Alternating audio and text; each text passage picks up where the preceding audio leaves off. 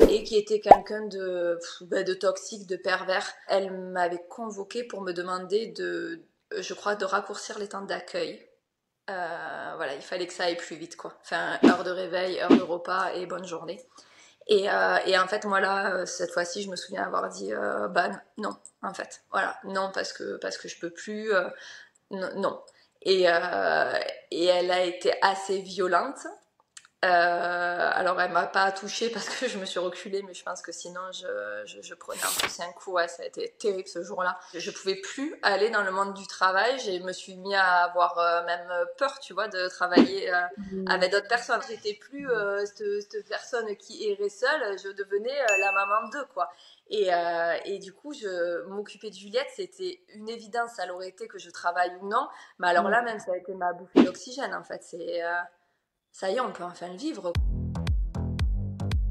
Maman se réoriente, le podcast pour celles dont la vie professionnelle a basculé ou est sur le point de basculer. J'ai créé ce podcast pour vous, qui ne voulez pas retourner à votre ancien boulot après votre congé mat ou plus tard parce que vous avez envie d'un job complètement différent. Je sais que cette période est terrible entre culpabilité et excitation, entre peur de l'inconnu et désir d'ailleurs. Vous vous demandez si ce que vous vivez est normal ou si c'est juste une passade. Maman se réoriente, c'est le coin cosy où on parle à bâton rompu de notre nouvelle vie professionnelle et de l'inconnu. Je suis Elodie, soyez les bienvenus. Aujourd'hui, j'ai l'honneur d'accueillir Adèle sur le podcast Maman se réoriente. Adèle est à la tête du compte Montessori à la maison. Mais ce que tu ne sais peut-être pas, c'est que Adèle, avant de devenir maman, elle était éducatrice de jeunes enfants en collectivité. Et je dis était, mais Adèle est toujours éducatrice. Mais elle a décidé de complètement réinventer son métier. Oui, parce que c'est un métier passion pour elle. Mais disons qu'il s'est passé quelques petites choses dans sa vie qui sont venues bouleverser tout ça. Et crois-moi, je ne parle pas seulement de l'arrivée de sa fille, Juliette. Bon, je lui laisse la parole. Salut Adèle, comment tu vas? Coucou, bébé, ça va? Bon, alors, c'est ce que j'adore avec la magie d'Instagram, c'est que moi je t'ai découvert sur Instagram grâce à ton compte, si je dis pas de bêtises, Montessori à la maison, c'est ça? C'est ça, ouais. Et je me suis dit, ça m'a tout de suite fait tilt, je me suis dit, c'est sûr qu'il y a eu une vie avant ça. Je suis sûre qu'il y a eu une vie avant ce super compte Montessori à la maison, cette éducatrice Montessori qui fait tout avec sa fille. Et du coup, j'ai envie qu'on plonge directement dans le vif du sujet. Ouais. Et j'ai envie de savoir justement qu'est-ce qu'il y avait avant cette vie d'éducatrice Montessori et avant ce fameux compte Instagram et du coup, avant ta fille. Ouais. Alors moi, j'ai fait des études d'éducatrice de jeunes enfants. Et j'ai adoré faire ces études-là parce que j'ai toujours eu un penchant pour la psychologie, pour le développement, voilà, qu'il soit personnel ou l'accompagnement au développement des autres. Et alors, vraiment, je me suis complètement épanouie et complètement retrouvée. J'étais hyper fière d'être diplômée éducatrice de jeunes enfants. Et j'ai travaillé pratiquement 10 ans en structure du coup d'accueil petite enfance, type multi-accueil, crèche, à l'époque on appelait ça encore un peu comme ça. Et voilà, j'ai fait 2 structures d'accueil où pour moi ça a un peu été quand même la douche froide et j'ai vraiment réalisé l'énorme gap qu'il y avait entre la théorie et la théorie qui me parlait tant et qui me faisait vibrer pendant mes études et la réalité du terrain et les réalités socio-économiques, politiques où tout travailleur, tout acteur du social fait face. Quand tu as commencé, que tu t'es lancée justement dans ces études d'éducatrice spécialisée, de jeunes enfants, Ouais. est-ce que tout de suite tu t'es dit ça, c'est une passion que j'ai? Ou est-ce que, parce que tu sais, on est souvent à cet âge-là, on se dirige vers des études, on se dit oui, pourquoi pas? Est-ce que toi, tu avais cette sensation de non, mais mon Dieu, c'est ça que je veux faire dans la vie? Ouais, oui. En fait, moi, j'ai toujours été attirée par l'enfance. L'enfance, c'est ce qui me fait vibrer. Je aller en savoir toujours plus sur le comportement, les interprétations et ce que peut vouloir dire le fait de grandir, de s'épanouir. Il y a quelque chose que je trouve magique et fascinant. Ça, je l'ai toujours eu. Et j'ai une petite sœur avec qui j'ai 20 ans d'écart. Et en fait, quand elle est née, moi j'irais en fac de lettres à l'époque. Et voilà, j'avais été en fac de lettres parce que j'aimais la littérature, parce que voilà, j'aimais les mots, j'aimais écrire, j'aimais lire, tout ça me plaisait, mais sans aucun but pro précis en fait. Et avec ma petite sœur, j'ai découvert l'univers de la crèche. Et tu vois, je me souviens à l'époque, je me suis dit, ok, donc il existe un endroit où on peut réunir des professionnels dont le travail va être d'accueillir des familles et des enfants. En fait, j'ai trouvé ça formidable. Ah ouais, vraiment. Alors, j'avais 20 ans à l'époque, hein, j'avais pas d'enfant, pas du tout l'envie d'en avoir. Mais alors, je trouvais ça fascinant qu'il existe des lieux, tu vois, où on pouvait se retrouver entre adultes pour parler de l'enfant. Et c'est de là que j'ai commencé mes études d'éducatrice de jeunes enfants.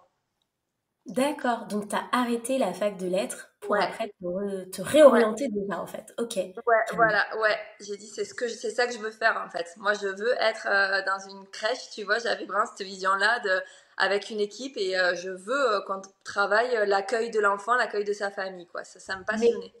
c'est extrêmement intéressant parce que tu sais, dans ce podcast, je dis toujours qu'on a un moment wow, un moment où on se rend compte que ce qu'on fait, c'est pas forcément ce qu'on a envie de faire Mm. après être devenu maman et que du coup on se réoriente. Mais en fait, c'est super intéressant parce que toi, c'est l'arrivée de ta petite sœur Ouais, qui t'a fait ce moment où tu t'es dit, mais wow, en fait, c'est pas ça que j'ai envie de faire, en fait. ouais, Et ouais. ce 20 ans d'écart doit vraiment jouer, tu vois, dans... Ouais, il a joué. Tu vois, je lui ai dédié mon mémoire après de fin d'études. C'est vrai que ça a été vraiment le tournant. Je me suis dit, en fait, tu vois, il existe des établissements où je peux, en fait, me sentir, du coup, à ma place dans mes réflexions que j'avais envie d'avoir professionnelles, tu vois. Mhm. Donc, je suis rentrée dans ces études. J'étais déterminée à être éducatrice de jeunes enfants et il me fallait l'apport pour pouvoir l'exercer, quoi, tu vois. J'adore. Et tout à l'heure, tu nous dis justement que quand tu es arrivé dans la vraie vie, tu t'es rendu compte qu'il y avait un gap entre la théorie et en fait le métier Ouais, que tu ouais. pratiquais. Est-ce que tu peux m'en dire plus là-dessus? Oui. Alors, il y a un gap tout en ayant. J'ai eu des super expériences. Et moi, j'ai adoré encadrer les équipes. Tu vois, ça a été une véritable révélation. Je me sentais bien. Je pense que j'étais voilà, un moteur 5, quoi, tu vois, dans une équipe. Peu importe les équipes finalement, et que j'ai eu avec des relationnels plus ou moins évidents. Je me suis toujours sentie bien dans ce poste de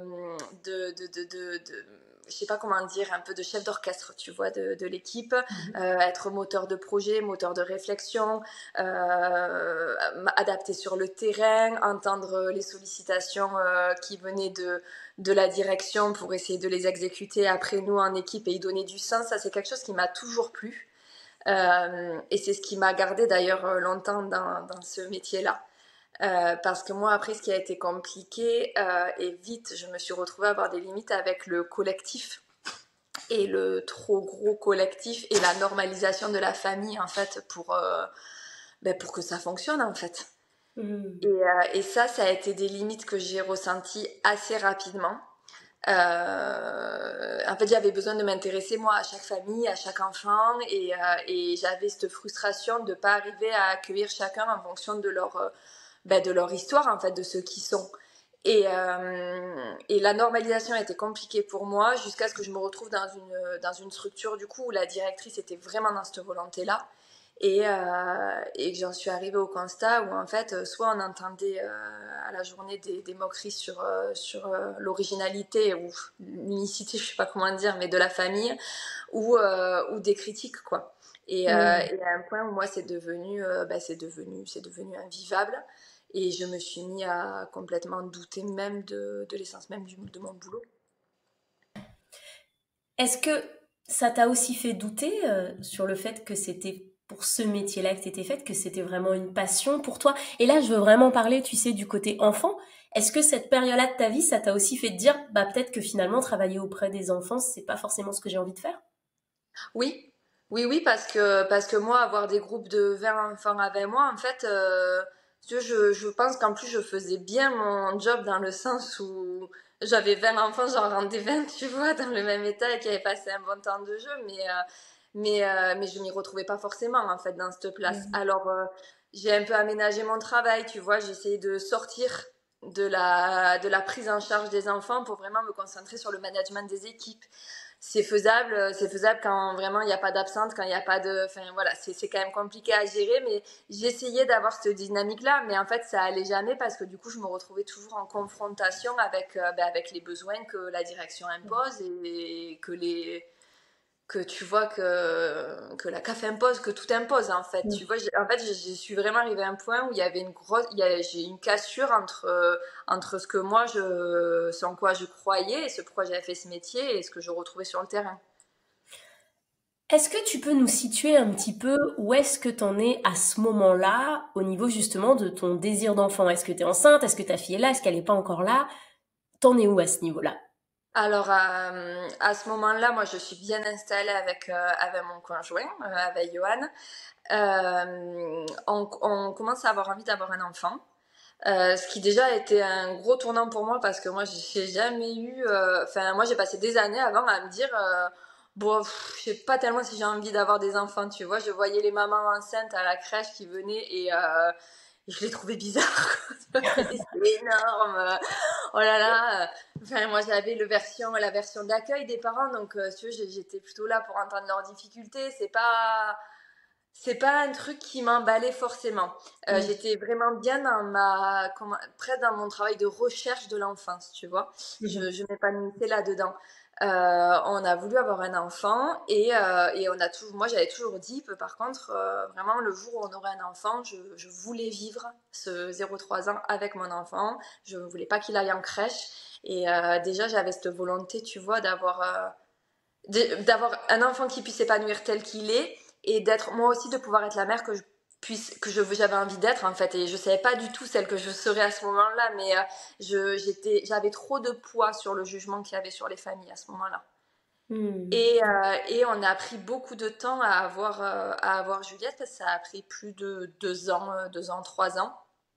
Donc à cette époque-là, j'étais un peu en attente d'avoir un enfant pour partir, tu vois, de cet environnement-là. Je me disais, bah allez, on attendait la grossesse pour que je fasse un tournant dans ma vie. D'accord.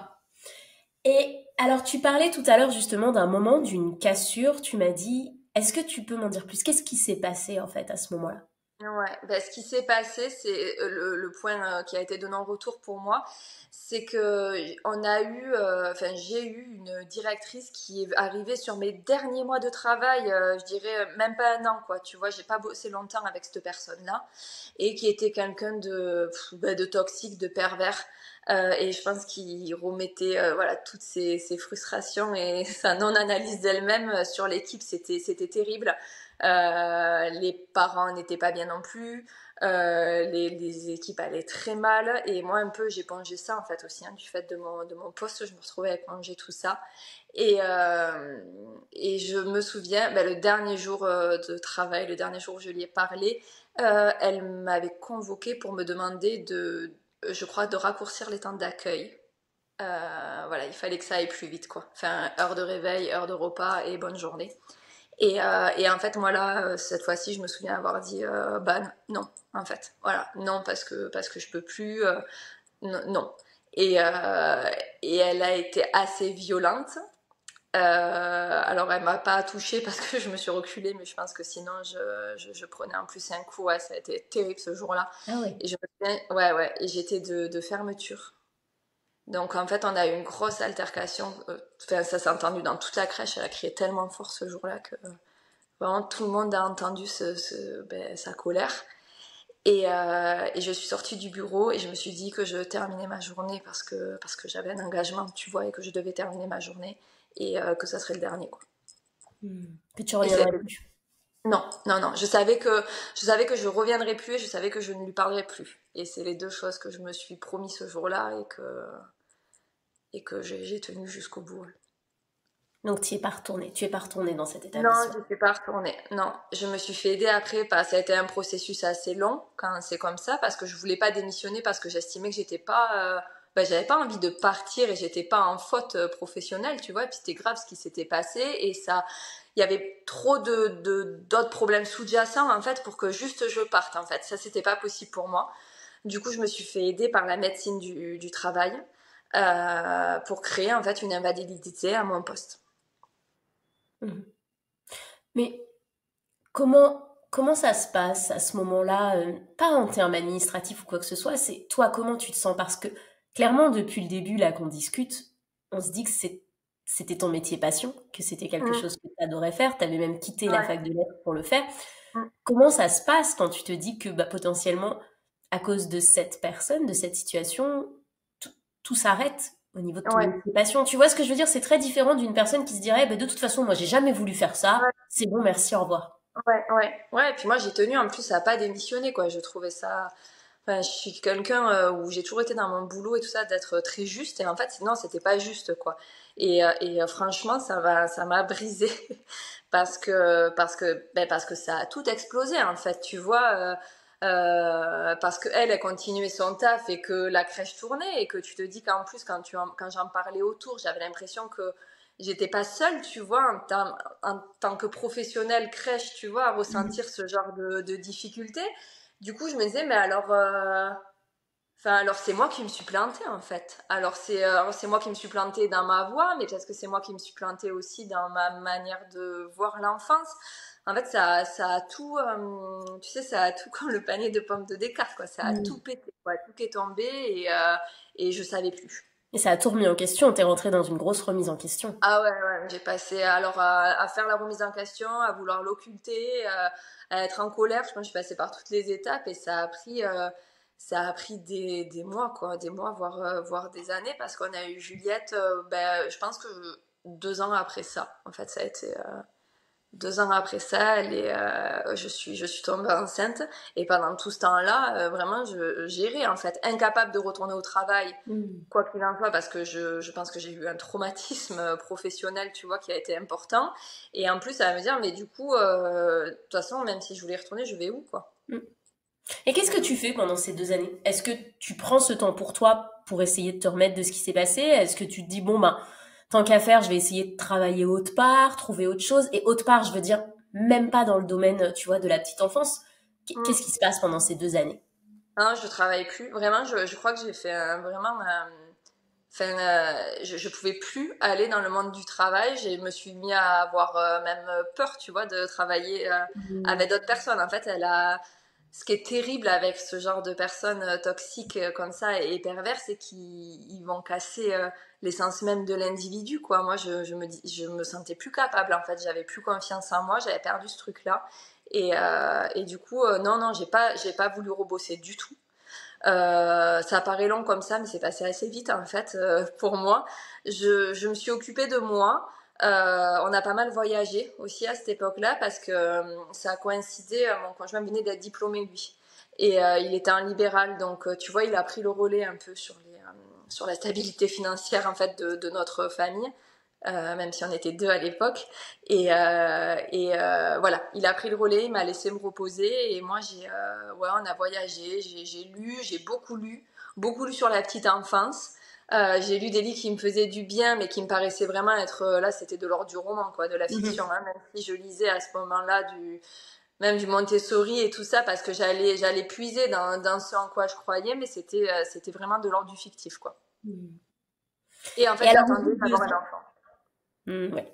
Bah justement, au bout de 2 ans, Juliette arrive. Ouais. Est-ce qu'il y a un déclic qui se passe ou est-ce que, à l'inverse, tu continues de te dire, c'est pas possible pour moi de retourner travailler?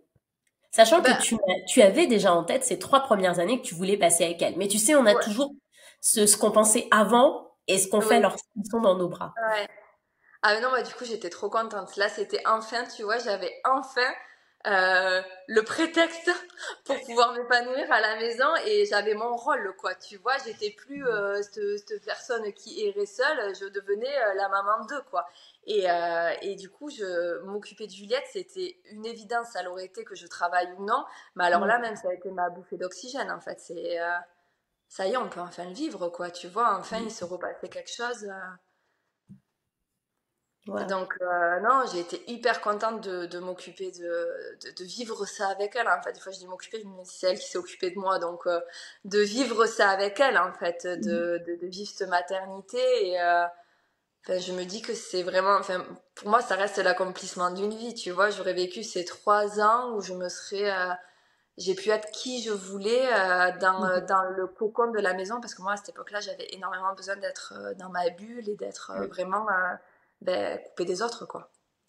Est-ce que pendant ces 3 années, Juliette, elle te réconcilie justement avec le milieu de la petite enfance? Est-ce que il y a à nouveau des petites pensées qui traversent ta tête où tu te dis, ah, bah, peut-être que je pourrais y retourner quand elle aura 3 ans ou pas du tout?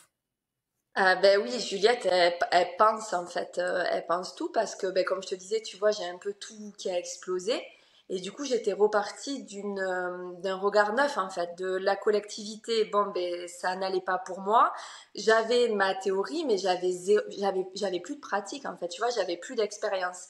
Et avec Juliette, j'ai pu remettre comme ça petit à petit toutes ces pommes et me rendre compte que ben en fait je pouvais croire en moi parce que visiblement l'unité familiale était bien, tu vois, et était heureuse. J'ai pu j'ai eu la chance de pouvoir mettre du sens sur absolument tout dans notre quotidien et tout. Je me souviens d'avoir on en a toujours, mais d'avoir des discussions avec Johan sur une soirée sur le sens d'un mot, tu vois. C'était en fait mon équipe est devenue à la maison, tu vois. J'avais Johan, Mhm. Juliette, moi, et c'était parti. Et elle m'a complètement redonné confiance en moi et ce que je pensais de l'enfant, en fait. Et je me suis rendu compte que, et ça a été vraiment un tournant de me dire que, en fait, si vraiment on fait confiance à l'enfant, mais vraiment on fait confiance à l'enfant, ben c'est waouh. Mm. Donc elle m'a guéri de toutes mes peurs. Et elle m'a aussi confortée dans l'idée que non, je ne retournerai pas travailler en fait Mm. dans ce genre de structure et que maintenant j'ai plus de douceur, tu vois. J'ai eu beaucoup de colère envers tout ce genre d'établissement pendant longtemps. Maintenant, je me dis que je sais qu'il y a des bons professionnels qui font Mm. du bon job là-bas, qui se battent tous les jours pour être reconnus et le faire le mieux possible. C'est pas l'idéal, mais c'est quand même sacrément bien. Et je sais, parce que j'ai vu des enfants très très heureux en collectivité, tu vois, des parents pour qui c'était vraiment chouette comme mode d'accueil. Et j'arrive à me dire que c'était pas pour moi, mais voilà, c'est bien pour d'autres. Mhm. Bien sûr. Et alors, nous, on a cette image, comme je te le disais, d'Adèle derrière ce compte Montessori à la maison. C'est pendant ces 3 premières années, Juliette, où tu l'accompagnes justement avec, moi j'aime à dire, je suis désolée, ta méthode Montessori, parce que je pense que Ouais, du coup, ouais. tu l'as adaptée à toi et à Juliette, euh, où tu te dis tout de suite, ok, ça serait peut-être bien que je partage ça. Tu sais, je lisais un article justement sur le fait que souvent, on se met dans un projet en se disant, ça va être bien sur les réseaux. Et que c'est très Mhm. rare qu'on fasse l'inverse, c'est-à-dire qu'on commence quelque chose et qu'on se dise, waouh, mais ça, c'est quelque chose que j'aimerais partager. Dans quel sens est-ce que ça se fait pour toi, la création de ce Ouais. compte Instagram? Ben, c'est un peu Johan qui me pousse parce que du coup, avec Johan, on réfléchit tout nos quotidiens, tous les mots, c'est pas, enfin voilà, pour moi c'est passionnant, mais on réfléchit tout en fait, tout l'aménagement de la maison, notre manière d'être en fait, tu vois, notre manière de percevoir Juliette à un moment donné qui pourrait nous amener à avoir des infos sur mais comment est l'enfant, enfin vraiment, je creuse tout en fait, je reconstruis tout, je creuse tout avec elle. Et du coup, j'ai des réflexions et des débats qui peuvent me durer plusieurs heures. Alors souvent, c'est le soir après que Johan soit rentré du travail. Et lui, il est à la fois fasciné, si tu veux, par toute cette passion-là qui renaît et ces éléments pro en fait qui sont là et à la fois il est frustré de se dire dommage que ça reste sur notre canapé quoi, il faut que tu fasses quelque chose Adèle parce que ça te fait vibrer en fait et Juliette oui mais elle va pas te suffire professionnellement en fait, t'as besoin de t'évanouir là-dedans et t'es vraiment faite pour ça. Donc petit à petit tu vois ça vient de je lui dis oui ben alors quand Juliette ira à l'école proposerai des accompagnements individuels. Tu vois, j'ai ça qui naît à ce moment-là parce que je me dis bah, peut-être qu'effectivement ça peut plaire d'avoir une autre vision de la parentalité, tu vois, une autre vision de l'enfant.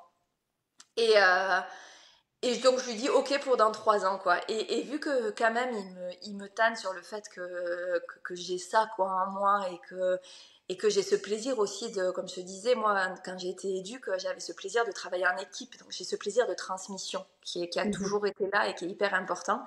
Il me dit, bah, fais-toi un peu une vitrine Instagram, quoi. Dis qui tu es. dis qui tu es sur Insta, parce que c'était à l'époque un réseau comme toutes les mamans, je pense à la maison, j'utilisais, je regardais, tu vois, je m'évadais. Alors il me dit, fais-toi ton compte à toi, crée ton univers, détermine-le et ça t'aidera pour quand tu seras prête à aller vers les autres directement. Et du coup, complètement, voilà, par hasard, effectivement, un jour où Juliette, elle faisait une bonne sieste, tu vois, elle dormait bien. J'ai mis une photo de nous deux en disant, ben voilà qui je suis et aujourd'hui, je vais vous partager, enfin voilà, aujourd'hui, c'est-à-dire, j'ouvre une porte pour partager ma vision de la parentalité, quoi. Mhm.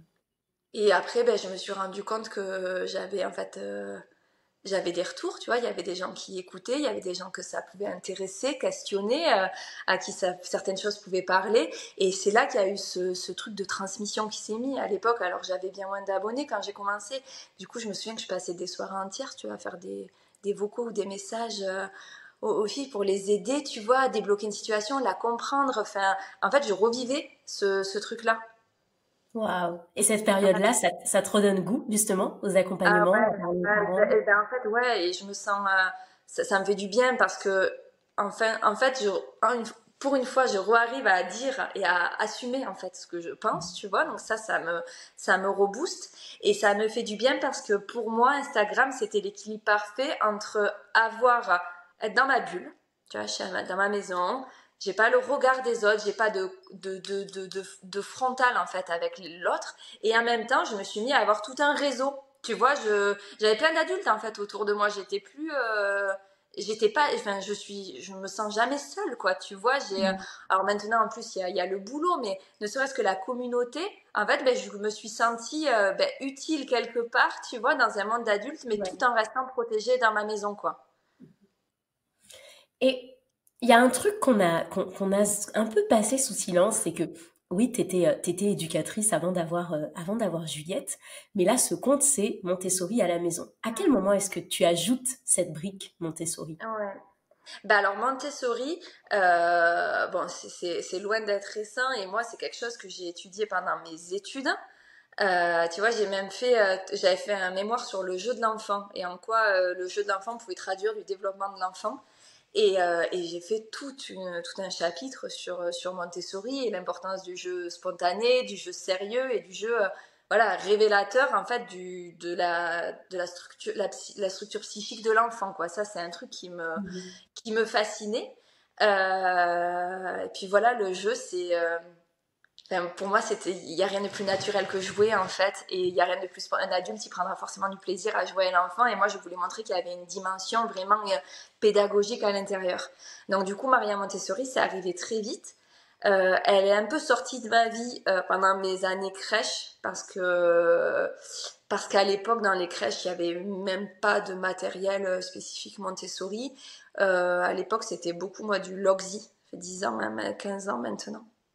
On était dans la motricité libre, voilà, c'était ce qui était un peu à la mode et ce qui était mis en avant. Et Montessori, en fait, c'est revenu malgré moi quand j'ai eu Juliette et que j'ai eu ce regard sur elle. En fait, je me suis rendu compte que j'allais repiocher, me former, relire d'abord sur vraiment la psychologie Montessori. Tout ce qui est de l'ordre des supports de la formation brute sur, tu vois, presque un peu AMI. Ça, moi, je l'ai pas, mais tout cet aspect très protocolaire de Montessori, Mhm. c'est quelque chose que j'ai travaillé après, qui est extrêmement intéressant aussi. Mais je pense que moi, ce qui m'a fait avant tout vibrer, c'était la psychologie et la posture de l'adulte, en fait, dans le Montessori. Encore une fois, je repartais, tu vois, sur ma passion du travail de l'équipe de l'adulte, en fait. Il y a quelque chose que tu m'avais dit avant justement qu'on commence l'enregistrement qui a vraiment résonné en moi parce que je me rappelle que les premiers mois, lorsqu'on venait chez moi, après que j'ai eu mon fils, tout le monde me disait mais en fait c'est pas chez toi ici, c'est chez lui. Et tout Mm. à l'heure, avant qu'on enregistre, tu as dit quelque chose où je me suis dit bah en fait c'est juste ça que j'aurais répondu aux gens, c'est que tu m'as dit bah moi c'est aussi chez ma fille, je vois pas pourquoi je lui mettrais ses jouets Mm. dans un coffre, dans une boîte, alors que nous nos affaires avec Johan sont sur la bibliothèque, sont exposées. Oui. C'est quelque chose que tu savais déjà avant de l'avoir que tu avais envie de lui créer. C'est même pas lui créer un espace, mais d'adapter en fait que ça soit aussi sa maison. Ah non. Non, non, mais moi, obligé, j'étais dans le modèle de la crèche, quoi. En fin de journée, on désaffectait les jouets, on les remettait dans une caisse. Et les jouets, en plus, je pense vraiment que tous les années de mon expérience, ça n'était que de l'occupationnel, en fait. Tu vois, on sortait une activité, comme ça, on allait jusqu'au repas, et voilà, quoi. Et, Ouais. euh, et en fait, à avoir Juliette, alors en plus, à être à plein temps à la maison avec elle, euh, vraiment, c'est pour ça que je trouve que le Montessori, c'est vraiment une philosophie de l'adulte parce que elle elle était à part entière dans notre famille. Je veux dire, on était trois à vivre à la maison, donc forcément, la maison devait autant lui correspondre qu'à nous. Et ça m'a paru, mais limpide, quoi, tu vois, évident. Et alors, c'est pas si facile à faire après dans les faits parce qu'on se rend compte que vraiment tout est pensé pour l'adulte. Et même dans les tu vois, moi, je suis arrivée même à questionner tout ce qui peut être aujourd'hui comme quelque chose un peu d'alternatif, tu vois, même style le cododo, quoi. Enfin, tu vois, j'ai commencé à faire du cododo avec Juliette dans notre chambre jusqu'à 5-6 mois où on s'est dit pourquoi, en fait, on fait le cododo dans notre chambre, sachant que c'est elle que j'accompagne à être bien dans son sommeil, en fait. Alors pourquoi elle dort dans mon lit et pourquoi moi, je dors pas dans le sien, en fait. Tu vois, tout, on a vraiment pu tout déconstruire pour reposer un sens qui nous parlait à nous en fait et on s'est libéré de toutes les injonctions donc on a créé la maison qui est adaptée à nous trois. Et j'adore.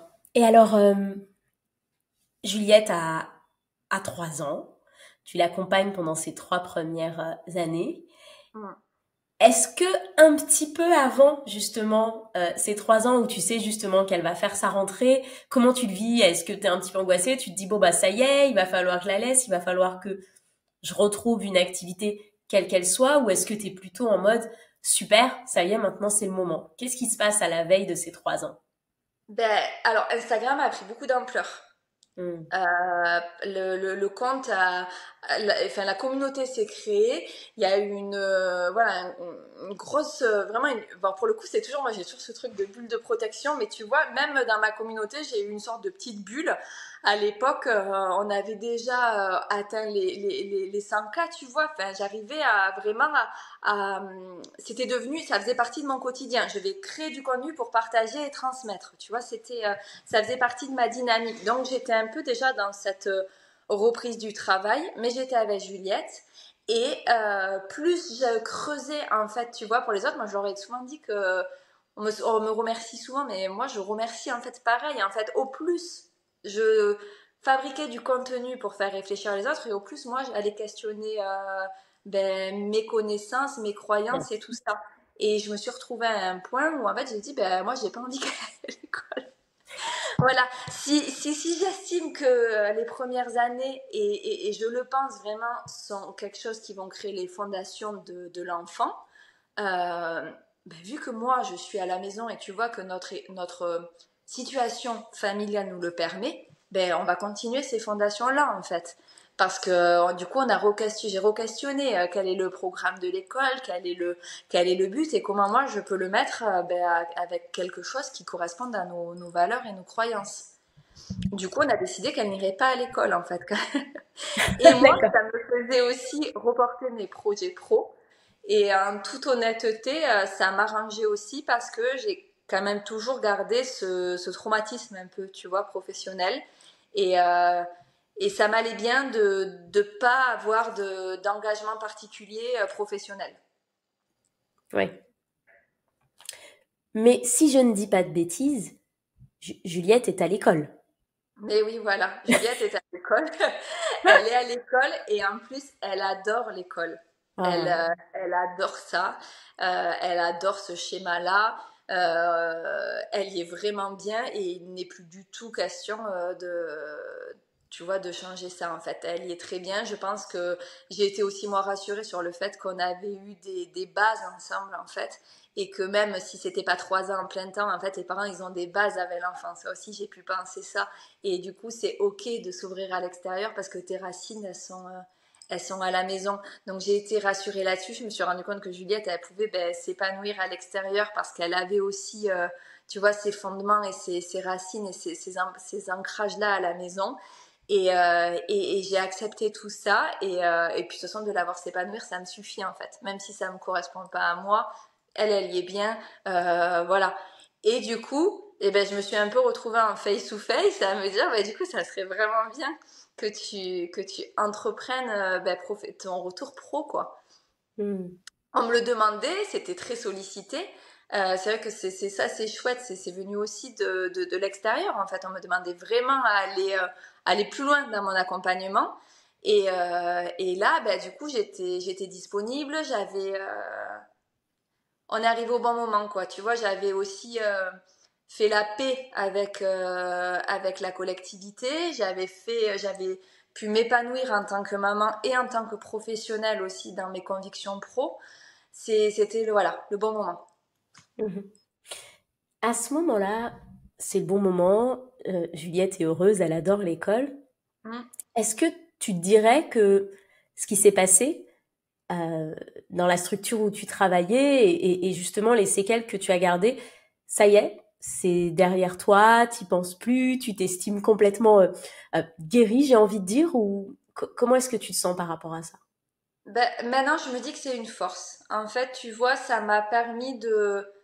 En fait, je me dis que j'ai toujours peut-être eu ça en moi, mais que si j'avais pas eu cet affrontement et du coup cette espèce de déconstruction totale, peut-être que j'aurais jamais été celle que je suis aujourd'hui et que moi-même tu vois, j'aurais fait et j'aurais évolué davantage avec des automatismes et des habitudes de crèche, tu vois, en tout cas, j'aurais jamais eu ce regard neuf.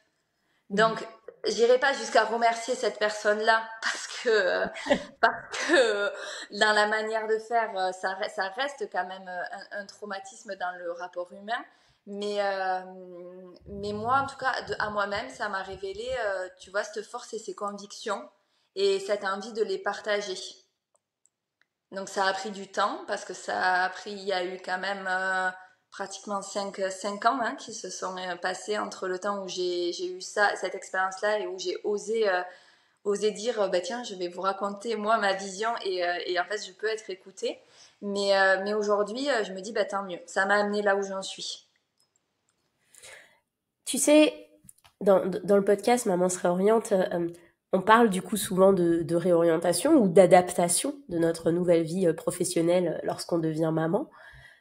J'ai quand même la sensation que tu as quand même un sacré fil rouge. C'est-à-dire Mm. qu'il s'est passé ce qui s'est passé avec cette personne qu'on remercie un petit peu, parce que c'est grâce à elle que tu es là, pour le coup. Oui, oui, oui. Euh, ouais, mais en fait, le fil rouge, c'est que t'as pas lâché ta passion, et je pense que c'est important qu'on prenne 2 minutes pour en parler, parce que pour travailler aussi dans ce domaine-là, il y a énormément de personnes qui sont passionnées par les enfants, par les bébés, par les mamans. Je trouve qu'on n'en parle pas assez et qui se Mm. retrouvent bloqués dans des structures Ouais. qui ne leur conviennent pas et qui ont l'impression qu'il faut changer de métier, qu'il faut Mm. littéralement se réorienter parce qu'en fait, elles s'y retrouvent pas. Et ce que j'adore ici, c'est que tu as gardé ce fil rouge, tu as gardé cette passion et tu as réinventé ton métier. Et, et c'est important qu'on en parle, en fait. C'est-à-dire, est-ce que ça t'a pris du temps? Est-ce que c'était une évidence que tu voulais rester là-dedans? Est-ce que tu as eu aussi ce moment où tu t'es dit, de toute façon, la petite enfance, c'est mort, ça ne me convient pas, parce qu'il y a quand même un sacré cheminement, surtout dans la société dans laquelle on vit et en France. Ouais. Oui, oui, je suis d'accord. Et je pense que la chance que moi j'ai eue, c'est que j'ai pu prendre le temps. Tu vois, c'est quelque chose que je mets en avant avec les enfants de laisser du temps. Je trouve qu'on est toujours dans mais jusqu'à quel âge? Et à quel âge il va faire ci? À quel âge il va faire ça? Et en fait, on se l'impose aussi dans notre monde d'adulte. Et je pense que si j'avais pas eu le temps même de plus rien savoir, tu vois, de me poser et de passer ces journées-là à me dire, je ne sais plus qui je suis, ce que je veux faire et d'accueillir tout ça, ben, j'aurais réenclenché, alors effectivement, soit dans le même milieu, et puis j'aurais peut-être voilà, reproduit les mêmes choses, soit j'aurais changé de domaine et j'aurais perdu cette niaque première en fait. Donc moi, J'ai vraiment eu la chance, parce qu'après on a fait des sacrifices aussi, hein. On a accepté qu'il n'y ait plus que, tu vois, une seule personne qui travaille à la maison. On a fait des sacrifices, mais j'ai eu la chance d'avoir le temps et d'avoir quelqu'un qui a cru en moi tout le long, en fait. Tu vois, même quand moi je savais pas, Yoann, il savait que c'était ce domaine-là. Il a jamais cherché à me réorienter sur quelque chose d'autre, tu vois. Et je pense que, ben, tu vois, c'est en ça aussi que Montessori, c'est à la maison et c'est pour tout le monde, en fait. C'est quand on se laisse le temps d'être ou de pas être, de savoir ou de pas savoir, ben, on fait, en fait. Tu vois, on dit souvent, les enfants, ils peuvent avoir des périodes de latence, on a l'impression qu'ils font rien. Et alors, en fait, après, ça explose et d'un coup, ils se mettent à faire des phrases et t'as pas vu le truc venir.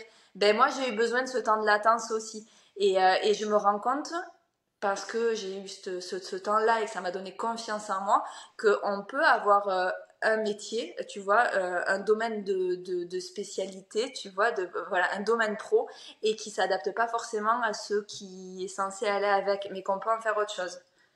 Ce que tu dis là, c'est vraiment important parce que d'autres personnes pourraient avoir tendance à se dire que c'est compliqué pour elles, mais tu précises que tu as eu deux choses qui sont complètement primordiales et qui t'ont permis en fait d'arriver là où tu es, c'est le temps et le soutien de ton compagnon. Donc j'adore parce que vraiment on a tendance, tu sais, à beaucoup et j'en parlais lors d'un autre épisode avec Sarah, on a tendance à juste voir la destination, c'est-à-dire là on te regarde, on voit ton compte Instagram, on se dit purée mais c'est trop bien, elle s'est créée un environnement Montessori, elle le fait avec sa fille, maintenant elle va proposer des accompagnements. C'est génial. Et en fait, on ne sait pas forcément tout ce par quoi tu es passé pour arriver là, prendre ton téléphone tous les matins et être capable de nous dire, voilà, je vais vous proposer un accompagnement. Ouais. Et puis, tu vois, même ce travail de déconstruction, c'est quelque chose que j'ai gardé. Et je crois qu'il n'y a pas une journée vraiment où je me reprends pas un moment, tu vois, spécifique. Et pourquoi j'ai fait ça, pourquoi j'ai dit ça, enfin, tu vois, ou pourquoi enfin. Et en fait, ce travail de déconstruction constante, il me sert tous les jours, et c'est ça qui m'a porté petit à petit à oser aller vers les autres, en fait, en vrai, quoi, dans l'humain, en fait. Parce que l'écran m'a longtemps protégée. Ah oui, ça c'est la magie d'Instagram. Ouais. Alors, pour finir, Adèle, c'est quoi les projets à venir? Qu'est-ce qu'on peut te souhaiter? Qu'est-ce qui arrive professionnellement? Dis-nous. Eh bien, les projets à venir, je les ai annoncés sur Instagram pour être sûre de les réaliser, tu vois. Parce que ça suffit, parce que encore dans les faits, ça fait quand même, ça fait 3 ans que je nourris ce projet-là. Je me lance enfin dans l'accompagnement de que ce soit parents, professionnels. Je me lance enfin et j'ai accepté, tu vois, de casser tous ces schémas de syndrome de l'imposteur et tout ça, et que je pouvais avoir quelque chose à amener aux autres et qu'on me le demandait, et du coup je suis OK pour l'offrir aujourd'hui. Donc je commence des accompagnements collectifs là qui vont commencer sous peu. Je me suis fixée début octobre. Et je vais prendre ce temps-là. Moi, je pense que je suis vraiment quelqu'un de l'humain et de la spécificité de chacun, tu vois. J'ai longtemps pensé à des formations et tout ça, mais je pense que c'est pas ma destinée, tu vois. Je suis pas faite pour faire un truc qui ira à tout le monde. Moi, j'aime, comme je l'ai dit, quoi, mais j'aime prendre le temps et j'aime écouter, j'aime savoir qui est la personne, et je suis sûre que il y a une manière de faire par famille, en fait. Et Montessori, c'est juste, c'est une philosophie qu'on va adapter, en fait, dans chaque famille. Et si on fait pas du Montessori, et que ça a du sens, c'est tout aussi bon, tu vois. Donc j'ai vraiment envie de rester dans l'accompagnement. C'est ce lien-là qui me manque aujourd'hui, c'est ce lien que je recrée professionnellement. J'adore. Merci beaucoup, Adèle. Tiens-nous au courant, parce que je suis persuadée qu'il y aura encore pas mal de rebondissements, et je te remercie encore d'avoir été sur le podcast. Merci à toi, Elodie. J'espère que cet épisode t'a plu. Si toi aussi tu te poses des questions actuellement sur ta vie professionnelle, si tu as l'impression de ne plus forcément être à ta place là où tu es actuellement, sache que j'ai créé un quiz pour toi totalement gratuit pour te permettre d'y voir un petit peu plus clair. Tu le trouveras dans la description de cet épisode.